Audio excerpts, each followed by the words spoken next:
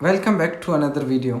आज की इस वीडियो में मैं आपको सिखाने वाला हूं कि आप स्लोवेनिया के विज़िट वीज़े के लिए किस तरह अप्लाई कर सकते हो।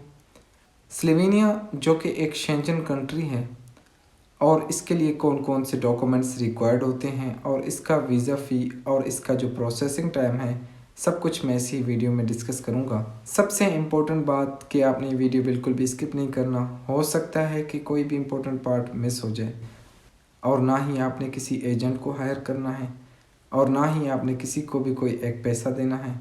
आप ख़ुद स्लोवेनिया के विज़िट वीज़े के लिए अप्लाई कर सकते हो। चलते हैं लैपटॉप स्क्रीन पर और मैं आपको स्टेप बाय स्टेप ये प्रोसेस करके दिखाता हूँ कि आप ख़ुद किस तरह स्लोवेनिया के विज़िट वीज़े के लिए अप्लाई कर सकते हो। आपने स्लोवेनिया का एप्लीकेशन फॉर्म VFS ग्लोबल से डाउनलोड करना है। यहाँ से टूरिज्म सिलेक्ट करके फिर उसके बाद आपने डाउनलोड फॉर्म बनाना है। यहाँ पर आपने क्लिक करना है। आपने यहाँ से ये एप्लीकेशन फॉर्म डाउनलोड हो जाएगा। आपने यहाँ से ये एप्लीकेशन फॉर्म डाउनलोड करना है। एप्लीकेशन फॉर्म जब आपने ये एप्लीकेशन फॉर्म डाउनलोड कर लिया, शेंजन वीज़ा, जैसे कि मैं पहले आपको बता चुका हूँ कि स्लोवेनिया एक शेंजन कंट्री है, तो उसके लिए शेंजन वीज़ा अप्लाई होगा। आपने जब ये एप्लीकेशन फॉर्म डाउनलोड कर लिया, फिर आपने नीचे आ जाना है।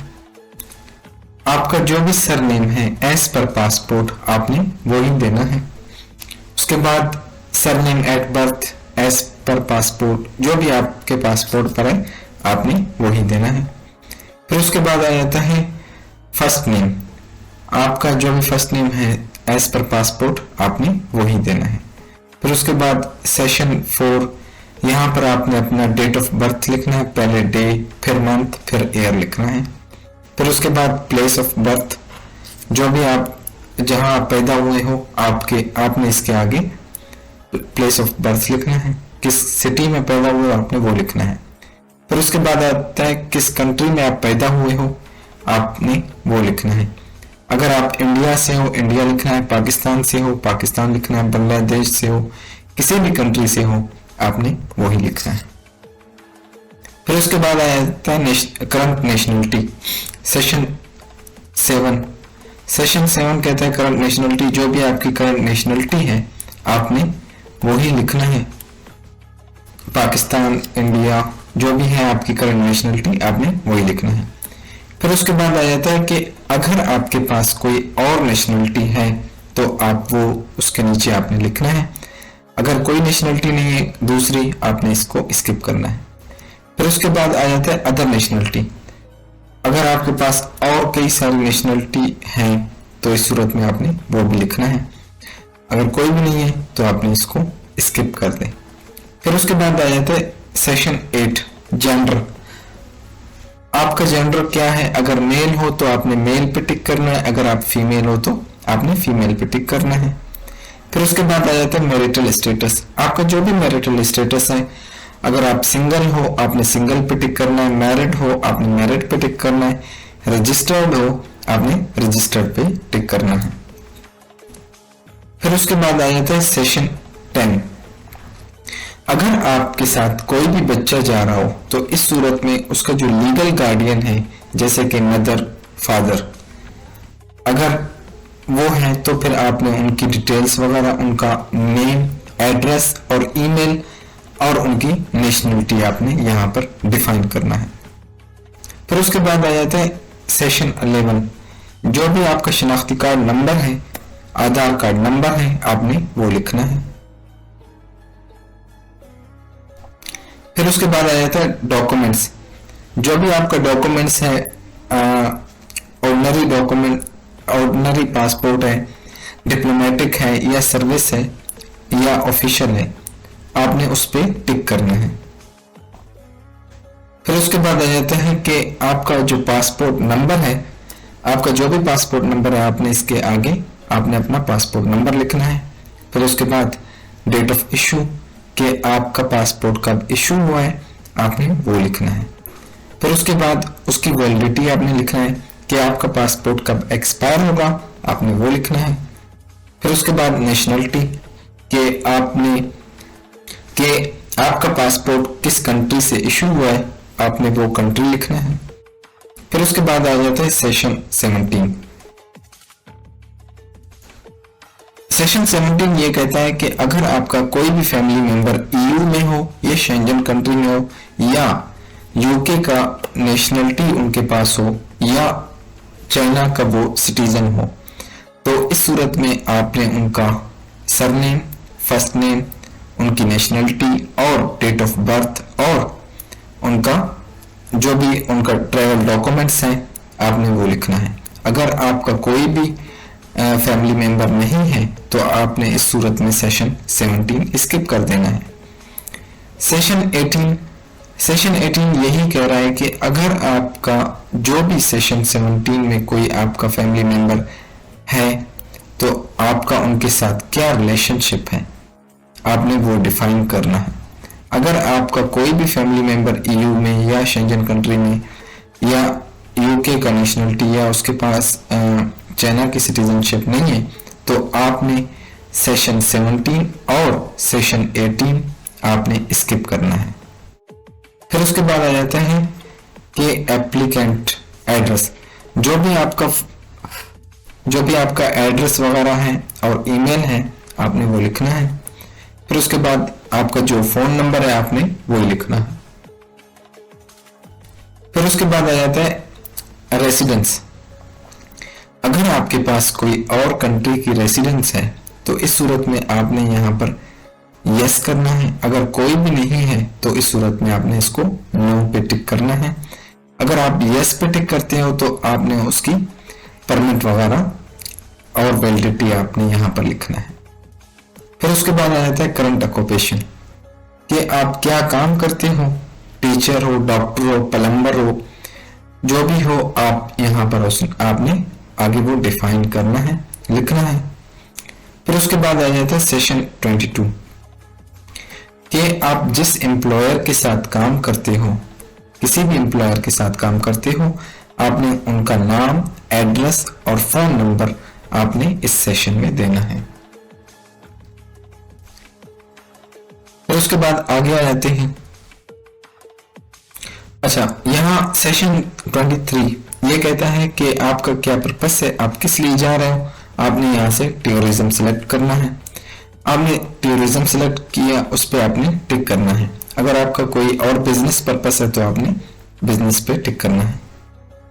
फिर उसके बाद आ जाता है सेशन 24।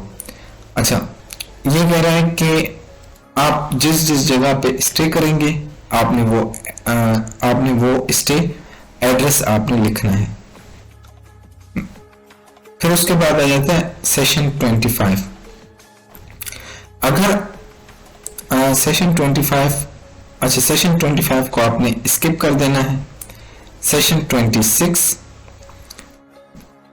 26 में आपने वही कंट्री का नाम लिखना है, स्लोवेनिया। फिर आ जाता है सेशन 27। आप कितनी मर्तबा सिंगल एंट्री है, डबल एंट्री है, आपने उस पर टिक करना है। फिर उसके बाद आ जाता है कि आपने शेंजन एरिया में कब एंटर होना है, आपने इसके आगे डेट, मंथ और ईयर लिखना है। फिर उसके बाद आ रहा है कि आपने शेंजन एरिया कब लीव करना है, आपने उसका डेट, मंथ और ईयर लिखना है। अच्छा, स्लोवेनिया जो कि एक शेंजन कंट्री है, उसके लिए जो है ना Schengen visa C type apply होता है और वो जो होता है वो 90 डेज के लिए होता है और इसकी जो फीस है वो है 90 यूरो। अच्छा, सेशन 28। अगर आपने पहले कभी शेंजन वीजे के लिए अप्लाई किया है या आपने पहले कभी फिंगरप्रिंट्स दिए हैं, अगर दिए हैं तो यस करेंगे, यस पे टिक करना है। अच्छा, फिर आपने उसका डेट वगैरह लिखना है कि आपने कब दिया था और वीजा नंबर आपने लिखना है। फिर उसके बाद अगर आपने फर्स्ट टाइम अप्लाई कर रहे हो तो फिर आपने इस पे नो पे टिक करें।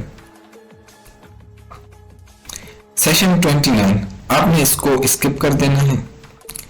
सेशन 30 ये कह रहा है कि अगर आपको कोई भी इनवाइट कर रहा है शेंजन कंट्री से, तो आपने उनका नेम, एड्रेस और ईमेल और उनका फ़ोन नंबर देंगे। अगर आप इनवाइटेड नहीं हैं तो इस सूरत में आपने जो भी होटल वगैरह बुकिंग किया होगा, आपने वो होटल का नेम, एड्रेस और ईमेल और फ़ोन नंबर देना है। सेशन 31 ये कहता है कि अगर आप किसी कंपनी की तरफ से इनवाइटेड हैं या ऑर्गेनाइजेशन की तरफ से इनवाइटेड हैं, तो इस सूरत में आपने उस कंपनी का नेम, एड्रेस और उनका सरनेम, जो भी है एड्रेस, फ़ोन नंबर कंपनी का, आपने वो देना है। अगर आप इनवाइटेड नहीं हैं तो फिर इस सूरत में आपने सेशन 31 स्किप करना है। फिर उसके बाद आया था सेशन 32, कॉस्ट ऑफ ट्रैवलिंग। अच्छा, आपने इसमें से ये सिलेक्ट करना है बाय एप्लीकेंट हिमसेल्फ, आपने यहाँ पर टिक करना है। फिर उसके बाद आप जो ट्रैवलिंग वगैरह करोगे तो उसके लिए कौन कौन से ट्रैवल ऑफ मीन्स कि आप कैश यूज़ करोगे, आपने कैश पे टिक करना है। आप ट्रैवल चेक वगैरह यूज़ करते हो तो आपने ट्रैवल चेक पे टिक करना है। अगर आप क्रेडिट कार्ड वगैरह यूज़ करते हो तो आपने क्रेडिट कार्ड यूज़ वो करना है, टिक करना है। अगर आपने प्रीपेड अकोमोडेशन है, आपने पहले से ही पे कर चुके हो, तो फिर आपने यहाँ पर टिक करना है। बाकी आपने स्किप कर देना है। फिर उसके बाद आ जाता है सेशन 33। सेशन 33 को भी आपने स्किप ही करना है। वैसे ये कह रहा है कि अगर ये एप्लीकेशन आप फिल कर रहे हैं तो आपके साथ जो भी कोई और शख्स फिल करवा रहा है तो आपने उनका एड्रेस, ईमेल और उनका फ़ोन नंबर आपने देना है। मैं आपको यही रिकमेंड करूंगा कि आपने सेशन 33 आपने स्किप कर देना है। फिर उसके बाद कहते हैं कि अगर आपका वीज़ा फी रिफ्यूज होता है या रिजेक्ट होता है तो आपका जो वीज़ा फी है वो रिफंड नहीं होगा। फिर नीचे आ जाते हैं, यहां पर आपने प्लेस एंड डेट, आपने यहाँ पर जहां से आप अप्लाई कर रहे हो आपने वो प्लेस और जिस दिन अप्लाई कर रहे हो आपने डेट लिखना है। फिर उसके बाद यहाँ पर जो भी आपका सिग्नेचर है आपने सिग्नेचर देना है। जब आपका ये एप्लीकेशन फॉर्म कंप्लीट फिलफुल हो जाए, फिर उसके बाद जब आपने एप्लीकेशन फॉर्म ये फिल कर लिया, फिर उसके बाद मैं आपको यही रिकमेंड करूंगा कि आप या तो ईरान से अप्लाई करें, अदरवाइज डायरेक्ट एम्बेसी पाकिस्तान में तो नहीं है स्लोवेनिया का, तो आप जर्मनी की एम्बेसी से आप अप्लाई कर सकते हो। That's all. अगर आपको ये वीडियो अच्छी लगी हो तो आपसे ये रिक्वेस्ट है कि मेरी वीडियो को लाइक और चैनल को सब्सक्राइब करें। सबसे इम्पोर्टेंट बात कि स्लोवेनिया के विज़िट वीज़े के लिए कौन कौन से डॉक्यूमेंट्स रिक्वायर्ड होते हैं। Schengen visa application form, passport size photos, travel medical insurance, flight reservations, hotel booking, bank statement, proof of employment, proof of property, FRC, cover letter. That's all.